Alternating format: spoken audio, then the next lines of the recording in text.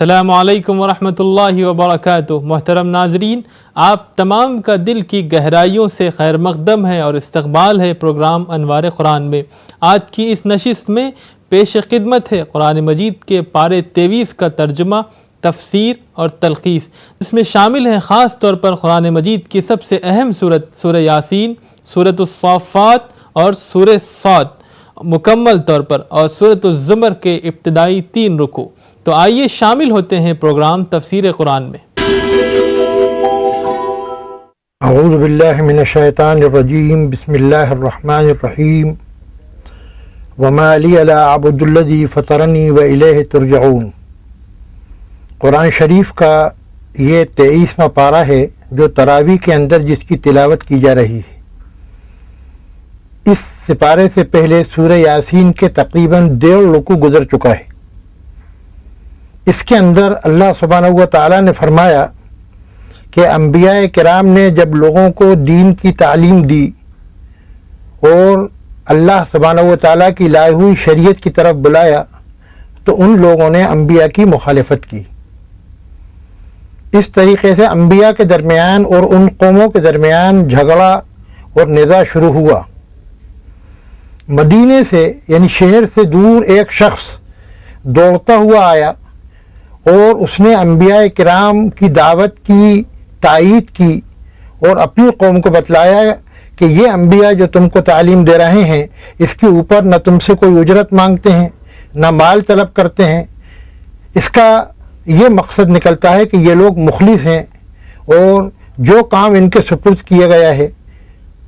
اس کو صحیح طریقے سے انجام دیتے ہیں۔ پھر اس شخص نے کہا کہ میں تو اس ذات کی عبادت کرتا ہوں جس نے مجھے پیدا کیا ہے اور میں اسی ذات کی طرف لوٹ کر واپس چلا جاؤں گا۔ جب قوم کے لوگوں نے اس سے کہا کہ تم بھی ہمارے دین کے اندر ہمارے آباء و اجداد کا جو طریقہ ہے اس کے اندر داخل ہو جاؤ، تو اس شخص نے کہا کہ کیا میں ایسا شخص بن سکتا ہوں جو ایک اللہ سبحانہ و تعالیٰ کے علاوہ کسی دوسرے کو پکارے؟ اگر اللہ سبحانہ و تعالیٰ مجھے نقصان پہنچانا چاہیں گے یا کسی کو نقصان پہنچانا چاہیں تو کوئی طاقت اور قوت ایسی نہیں ہے جو اللہ سبحانہ و تعالیٰ کے اس سے بچا سکے، اور اگر اللہ سبحانہ و تعالیٰ کسی کو نفع اور پہنچانا چاہیں تو کوئی طاقت ایسے نہیں ہے جو اس کو روک سکے۔ تو تمام اختیارات اللہ سبحانہ و تعالیٰ کے ہاتھ میں ہیں، اس لیے میں ایسی ذات کا انکار اور اس کے ساتھ کفر یا شرک نہیں کر سکتا۔ بالآخر قوم کے لوگوں نے اسے قتل کر دیا۔ اللہ سبحانہ و تعالیٰ نے اس کو یہ جزا اور بدلہ دیا کہ اس کو جنت کے اندر داخل کر دیا۔ جب جنت کی نعمتیں اور وہاں کی اچھائیاں اور اللہ سبحانہ و تعالیٰ نے وہاں جو انسان کے لیے راحتیں اور مسرتیں اور شادمانیاں رکھی ہیں، جب اس شخص نے ان سب کو دیکھا تو کیونکہ اپنی قوم سے محبت اور تعلق تھا اس لیے اس نے اپنے دل میں کہا کہ کاش میری قوم کو اس کا علم ہو جاتا۔ اللہ سبحانہ و تعالیٰ تو دلوں کا حال جانتے ہیں۔ اللہ سبحانہ و تعالیٰ نے اس زمانے کے نبی کے ذریعے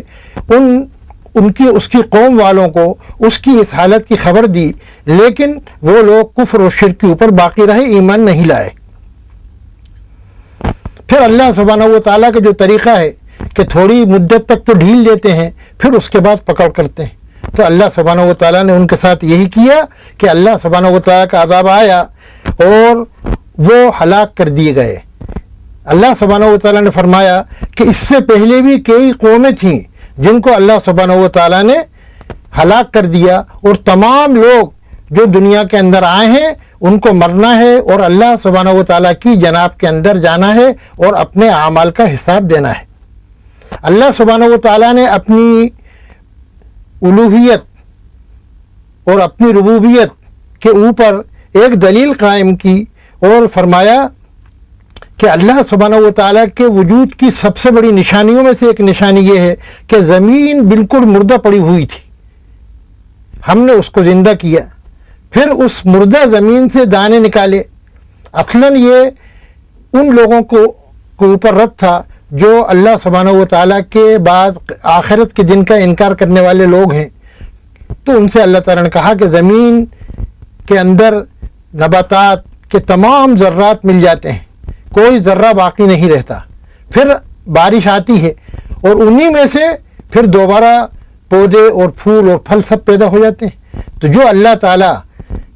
نباتات کو تباہ و برباد ہونے کے بعد زمین کے اندر مل جانے کے بعد دوبارہ پیدا کر سکتا ہے، تو کیا وہ اس بات کے اوپر قادر نہیں ہے کہ انسان کو پیدا کر سکے؟ اللہ سبحانہ و تعالیٰ ہر چیز پر قادر ہے۔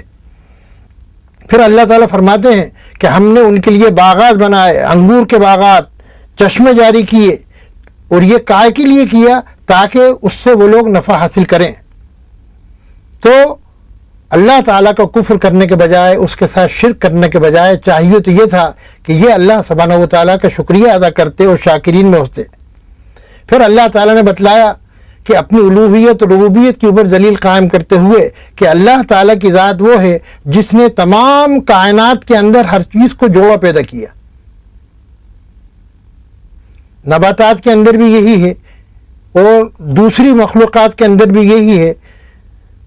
پھر اللہ سبحانہ و تعالیٰ اور انسان کا بھی جوڑا بنایا۔ اللہ تعالیٰ تو فرد اور صمد ہے، لم یلد ولم یولد، نہ پیدا ہوا نہ اس سے کوئی پیدا ہوگا، اور کائنات کی ہر چیز کا جوڑا پایا جاتا ہے۔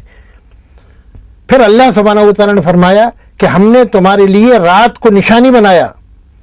پھر اس رات میں سے دن کو نکالتے ہیں۔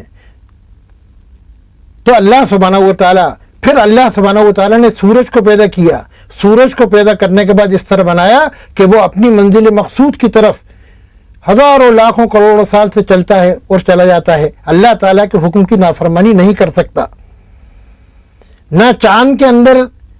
یہ قوت اور طاقت ہے کہ وہ اللہ سبحانہ و تعالیٰ کے حکم سے سرتابی کر سکے، نہ سورج کے اندر یہ ہے، نہ چاند سورج کو پا سکتا، نہ سورج چاند کو پا سکتا۔ ہر ایک اپنے دائرے کے اندر، اپنے سرکل کے اندر گھوم رہا ہے، اور یہ اللہ سبحانہ و تعالیٰ کی نشانیوں میں سے ایک نشانی ہے۔ اسی طرح اللہ سبحانہ و تعالیٰ نے فرمایا کہ ہماری نشانیوں میں سے ایک نشانی یہ ہے کہ کشتی جو سمندر کے اندر چلتی ہے،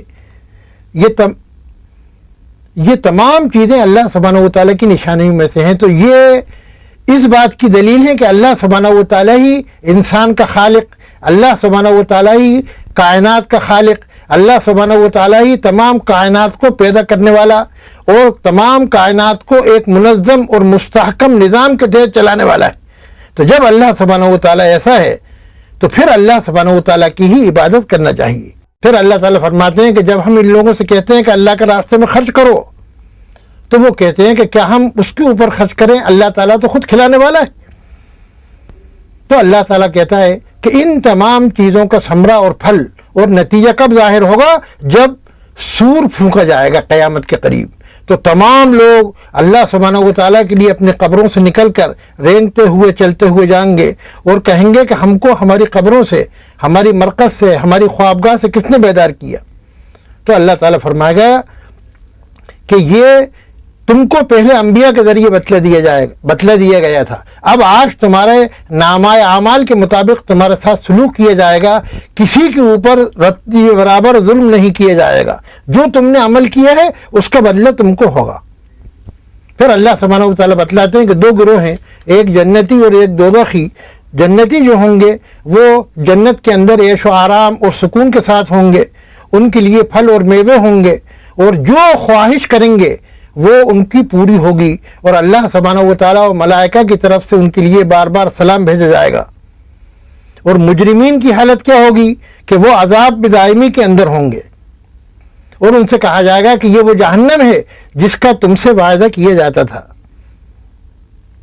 پھر اللہ سبحانہ و تعالیٰ حساب اور کتاب کے وقت بتلاتے ہیں کہ لوگوں کی زبانیں بند کر دی جائیں گی، اور ان کے اعضاء اور جوارح گفتگو کریں گے اور بات چیت کریں گے اور کہیں گے کہ ہم نے یہ کیا اور ہم نے یہ کیا۔ اور پھر جو کتاب لکھی جائے گی لوح محفوظ والی، وہی نامہ اعمال والی، اس کے مطابق ان کے ساتھ برتاؤ کیا جائے گا، اور جب وہ انکار کریں گے تو ان کے اعضاء اس بات کی گواہی دیں گے کہ ہم نے یہ تمام کے تمام جرم کیے تھے۔ پھر اللہ سبحانہ و تعالیٰ فرماتے ہیں کہ ایک دلیل اور ہے کہ ہر چیز جو ہے اس کے اندر نمو ہوتا ہے، بڑھوتری ہوتی ہے اور پھر کمی ہوتی ہے۔ انسان اپنی زندگی کے اندر اس کا نمونہ خود دیکھ سکتا ہے کہ ہم نے انسان کو عمر دی، بچہ ہوا، جوان ہوا، صحت مند و تندرست ہوا، پھر بوڑھا ہو گیا۔ تو یہ اللہ کہ اللہ سبحانہ و تعالیٰ کی نشانیوں میں سے ایک نشانی ہے، اور مرنا ایسی چیز ہے جس کی یعنی کوئی شخص موت کا دفاع نہیں کر سکتا، جو دنیا میں آیا ہے اسے مرنا ضرور ہے۔ پھر اللہ سبحانہ و تعالیٰ نے فرمایا کہ ہمارے پیغمبر اور رسول جو ہیں ان کے بارے میں ان کا عقیدہ یہ تھا کہ یہ شاعری کیوں نہیں کرتے، شعراء کا بہت بڑا مقام تھا عربوں کے نزدیک۔ تو اللہ سبحانہ و تعالیٰ نے کہا کہ ہمارا نبی اور پیغمبر جو ہے ہم نے اس کو شعر و شاعری نہیں سکھائی، بلکہ ہم نے اس کے اوپر قرآن کریم کو نازل کیا۔ یہ قرآن کریم جو ہے بہت ہی مبارک اور پاک اور صاف اور ستھری کتاب ہے، اور یہ قرآن کریم اس لیے نازل کیا گیا کہ تاکہ جس کا دل بیدار ہے، جو زندہ ہے روحانی اعتبار سے، وہ اس سے نصیحت حاصل کرے۔ پھر اللہ سبحانہ و تعالیٰ فرماتے ہیں کہ ہم نے انسان کے فائدے کے لیے جانوروں کو پیدا کیا، پھر ان جانوروں کو انسان کے تابع بنایا، پھر زمین اور زمین سے پیدا ہونے والی چیز اور ان جانوروں سے اس کے لیے غذا تیار کی، اور اللہ سبحانہ و تعالیٰ نے انسان کے لیے ہر قسم کے منافع اور نفع حاصل کرنے کی چیزیں بتلائیں۔ تو اس کا نتیجہ کیا ہونا چاہیے کہ شکر کرے، اور اللہ تعالیٰ کا سب سے بڑا شکر کیا ہے کہ اس کی توحید کا اقرار کیا جائے، اس کی ربوبیت کا اقرار کیا جائے، اور اللہ سبحانہ و تعالیٰ کی وحدانیت کو تسلیم کیا جائے۔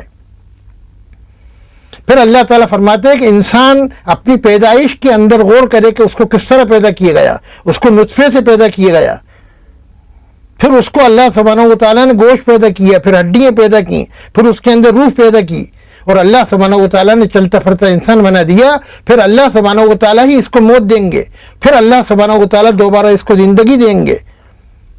تو اللہ سبحانہ و تعالیٰ تو ایسا قادر مطلق ہے کہ ہر درخت کے اندر سے آگ کو پیدا کر دیتا ہے،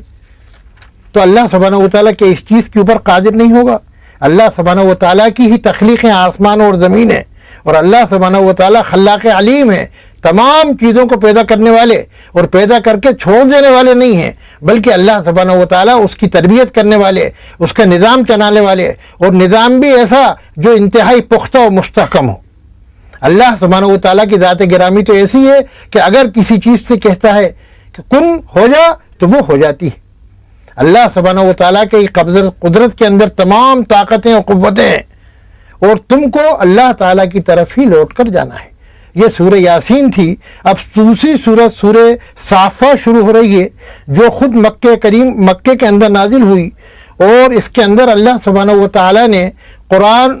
فرشتوں کی صف بندی کی قسم کھائی اور فرمایا کہ تمہارا معبود ایک ہے۔ فرشتوں کی قسم کیوں کھائی؟ اس لیے کہ فرشتے جو ہیں ان کے بارے میں بھی قدیم سے تمام امتوں کو انبیاء کے ذریعے معلومات حاصل ہو چکی تھیں۔ اللہ سبحانہ و تعالیٰ فرماتا ہے الہکم واحد، کہ تمہارا پروردگار ایک ہے، رب السماوات والارض، جو تمام آسمانوں اور زمین کا پروردگار ہے، اور ان زمین اور آسمان کے درمیان جتنی چیزیں ان کا بھی پالنے والا ہے، ورب المشارق، اور مشرق اور مغرب ہر ایک کا پروردگار، پالنے والا، تربیت کرنے والا اللہ سبحانہ و تعالیٰ ہے۔ اللہ سبحانہ و تعالیٰ فرماتا ہے کہ ہم نے آسمان کو زینت بخشی ستاروں سے، اور پھر ہر قسم کے سرکش و نافرمانوں سے اس کی حفاظت کی۔ اللہ سبحانہ و تعالیٰ جو ہے ان لوگوں کے اوپر رد فرماتا ہے جو یہ کہتے ہیں کہ جب ہم مر جائیں گے، مٹی ہو جائیں گے، ہماری ہڈیاں گل سڑ جائیں گی، تو ہم کو دوبارہ پیدا کیا جائے گا، ہمارے آباء اور اجداد کو دوبارہ یہ کیا جائے گا۔ تو اللہ سبحانہ و تعالیٰ فرماتا ہے کہ ایسا ہی ہوگا، کیونکہ اللہ سبحانہ و تعالیٰ نے جب پہلے پیدا کر دیا تو اب دوبارہ پیدا کرنے کے اندر اللہ سبحانہ و تعالیٰ کو کوئی دشواری نہیں ہوگی۔ پھر قیامت کے اندر بعض لوگ جنت کے اندر داخل ہوں گے، بعض لوگ دوزخ کے اندر داخل ہوں گے، اور ان کے درمیان گفتگو بھی ہوں گی۔ دوزخی جو ہوں گے وہ اپنے سرداروں سے کہیں گے جن لوگوں نے دنیاوی زندگی میں ان کو بہکایا تھا کہ تمہارے بہکانے کی وجہ سے ہم اس عذاب کے اندر مبتلا ہوئے، تو وہ کہیں گے کہ تم نے ہماری بات کو تسلیم کیا اور ہماری بات کو مانا اپنے نفع کے لیے۔ فَإِنَّهُمْ فِي الْعَذَابِ مُشْتَرَكُونَ، تو بہکانے والے اور بہکنے والے سب اللہ سبحانہ و تعالیٰ کے عذاب کا شکار ہوں گے، اور اللہ سبحانہ و تعالیٰ فرماتے ہیں کہ اسی طرح ہم مجرمین کے ساتھ عمل کریں گے۔ مشرکین کہا کرتے تھے کہ ایک شاعر مجنون پاگل کی وجہ سے ہم اپنے دین کو اور اس چیز کو جو ہمارے آباء اور اجداد کے ذریعے ہم تک پہنچی کیسے چھوڑ سکتے ہیں؟ تو اللہ تعالیٰ فرماتا ہے جاء الحق، تمہارے آباء و اجداد کو حق معلوم نہیں تھا، اب قرآن کے ذریعے، شریعت کے ذریعے، رسول کے ذریعے اور اس کی تعلیمات کے ذریعے حق آ گیا، اور رسولوں نے جو بھی بات کہی وہ سچی ہے۔ اگر تم نے اس کو تسلیم کیا تو جنت اور اس کی نعمتیں تم کو ملیں گی، اور اگر تم نے اس کو تسلیم نہیں کیا تو دائمی جہنم کا عذاب تمہارا منتظر ہے۔ پھر اللہ تعالیٰ فرماتا ہے کہ ان دوزخیوں کے مقابلے کے اندر وہ نیکوکار لوگ ہوں گے جو اللہ تعالیٰ کے مخلص بندے ہیں۔ مخلص کا مطلب یہ ہے کہ جنہوں نے اخلاص کے ساتھ بغیر کسی غرض اور مقصد کے اللہ سبحانہ و تعالیٰ کی اطاعت کی ہوگی، اللہ سبحانہ و تعالیٰ ان کو جنتوں کے اندر اعلیٰ ترین رزق عطا فرمائیں گے، اور ہر طرح ان کی عزت و تکریم ہوں گی، اور نعمت والی جنتوں کے اندر وہ لوگ ہوں گے تخت بچھے ہوئے ہوں گے، اور اس کے اوپر وہ آمنے سامنے بیٹھے ہوں گے، اور ان کی ہر طرح اللہ سبحانہ و تعالیٰ کی طرف سے خاطرداری اور مہمانداری ہوگی۔ پھر اللہ سبحانہ و تعالیٰ فرماتا ہے کہ جہنم کے اندر جو لوگ ہوں گے اور جنت کے اندر جو لوگ ہوں گے تو وہ جہنم کے اندر جھانک کر دیکھیں گے۔ تو جہنم کے اندر جا کر جب دیکھیں گے تو ان کو وہ لوگ نظر آئیں گے جو دنیاوی زندگی کے اندر ان کے دوست تھے۔ تو اللہ سبحانہ و تعالیٰ سے کہیں گے کہ اگر ہم طاعت نہ کرتے اور ایمان نہ لاتے تو ہمارا بھی یہی حشر ہونے والا تھا۔ پھر اللہ سبحانہ و تعالیٰ جہنم کا نقشہ کھینچتا ہے کہ جہنم کے اندر کس طرح کا عذاب ہوگا اور کس طریقے سے دوزخیوں کو سزائیں دی جائیں گی۔ پھر اللہ سبحانہ و تعالیٰ حضرت نوح علیہ السلام کا تذکرہ کرتا ہے کہ جنہوں نے تقریباً 950 سال تک اپنی قوم کو دعوت دی، چند لوگوں کے علاوہ کوئی بھی ایمان نہیں لایا۔ حضرت نوح علیہ السلام کو اللہ سبحانہ و تعالیٰ نے ان کی قوم کی طاقت، قوت، ہر چیز سے وہ نقصان نہ پہنچا سکے، اور اللہ تعالیٰ نے ان کو اور مومنین کو نجات دی۔ اس سے اللہ تعالیٰ یہ بتلاتا ہے کہ اگر کوئی ایمان کے اوپر قائم ہوا اور شریعت کے اوپر قائم ہوا تو پھر اللہ سبحانہ و تعالیٰ اس کی حفاظت کرنے والے ہیں، جیسا کہ اللہ تعالیٰ نے حضرت نوح علیہ السلام کی حفاظت کی۔ اور اللہ سبحانہ و تعالیٰ فرماتے ہیں کہ اسی طرح ہر اس شخص کو جو نیکی کرنے والا ہے اور صراط مستقیم پر چلنے والا ہے اور شریعت کے احکام کی پیروی کرنے والا ہے، اللہ سبحانہ و تعالیٰ اسی طرح اس کو اجر عطا فرماتے ہیں۔ پھر اللہ سبحانہ و تعالیٰ نے فرمایا کہ حضرت ابراہیم علیہ السلام نے جب اللہ سبحانہ و تعالیٰ کے پروردگار کے سامنے سر نگو سر تسلیم کیا اور اللہ تعالیٰ کی وحدانیت اور ربوبیت کا اقرار کیا اور تمام معبودان باطل کا انکار کیا، تو اللہ سبحانہ و تعالیٰ نے ان کے اس عمل کو قبول کیا، اور جب ان کو آگ میں پھینکا گیا تو اللہ سبحانہ و تعالیٰ نے اس آگ کو حضرت ابراہیم علیہ السلام کے لیے ٹھنڈک بنا دی۔ تو اس سے اللہ تعالیٰ نے یہ ثابت کیا کہ اگر کوئی اللہ تعالیٰ کا مطیع و فرمانبردار ہو تو اس کو دنیا کی کوئی طاقت نقصان نہیں پہنچا سکتی۔ پھر اللہ سبحانہ و تعالیٰ نے حضرت ابراہیم علیہ السلام کا قصہ بیان کرتے ہوئے فرمایا کہ ہم نے ان کا امتحان لیا اور ان کو خواب میں دکھلایا کہ وہ اپنے بیٹے کو ذبح کر رہے ہیں، اور انبیاء کا خواب جو ہوتا ہے وہ سچا ہوتا ہے۔ تو حضرت ابراہیم علیہ السلام نے حضرت اسماعیل علیہ السلام سے پوچھا کہ میں نے یہ خواب دیکھا ہے، بتلاؤ تمہاری کیا رائے ہے؟ تو حضرت اسماعیل علیہ السلام نے کہا کہ افعل ما تؤمر، جو آپ کو حکم دیا گیا ہے آپ اللہ تعالیٰ کے اس حکم کی بجاوری کیجئے، آپ انشاءاللہ مجھ کو صبر کرنے والوں میں سے پائیں گے۔ تو اس میں اللہ سبحانہ و تعالیٰ نے یہ نصیحت کی کہ آدمی کو نقصان بظاہر نظر آئے، نفع نظر آئے، اچھا نظر آئے، برا نظر آئے، اللہ سبحانہ و تعالیٰ کے حکم کی پیروی اور اتباع کرنا یہ انسان کے لیے فضیلت کی چیز ہے، اور اس سے اللہ سبحانہ و تعالیٰ کی رضا جوئی حاصل ہوتی ہے۔ جیسا کہ حضرت ابراہیم علیہ السلام نے حضرت اسماعیل کو ذبح کرنے کی پورا ارادہ کر لیا اور ذبح کرنے کے لیے چھری بھی پھیر دی، تو اللہ سبحانہ و تعالیٰ نے دمبے کو جنت سے نازل کیا، اور اللہ اس سنت کو قیامت تک باقی رکھا۔ حضرت ابراہیم علیہ السلام کی اس سے بڑی تکریم کیا ہوگی؟ تو اللہ تعالیٰ کہتا ہے فدیناہ بذبح عظیم، ہم نے عظیم الشان قربانی کے ذریعے ان کو فدیہ ادا کیا، اور اللہ تعالیٰ کی طرف سے حضرت ابراہیم علیہ السلام کے لیے سلامتی مقرر ہوئی۔ تو اللہ تعالیٰ فرماتے ہیں کہ محسنین نیکی کرنے والوں کے ساتھ ہم اسی طرح کا معاملہ کرتے ہیں۔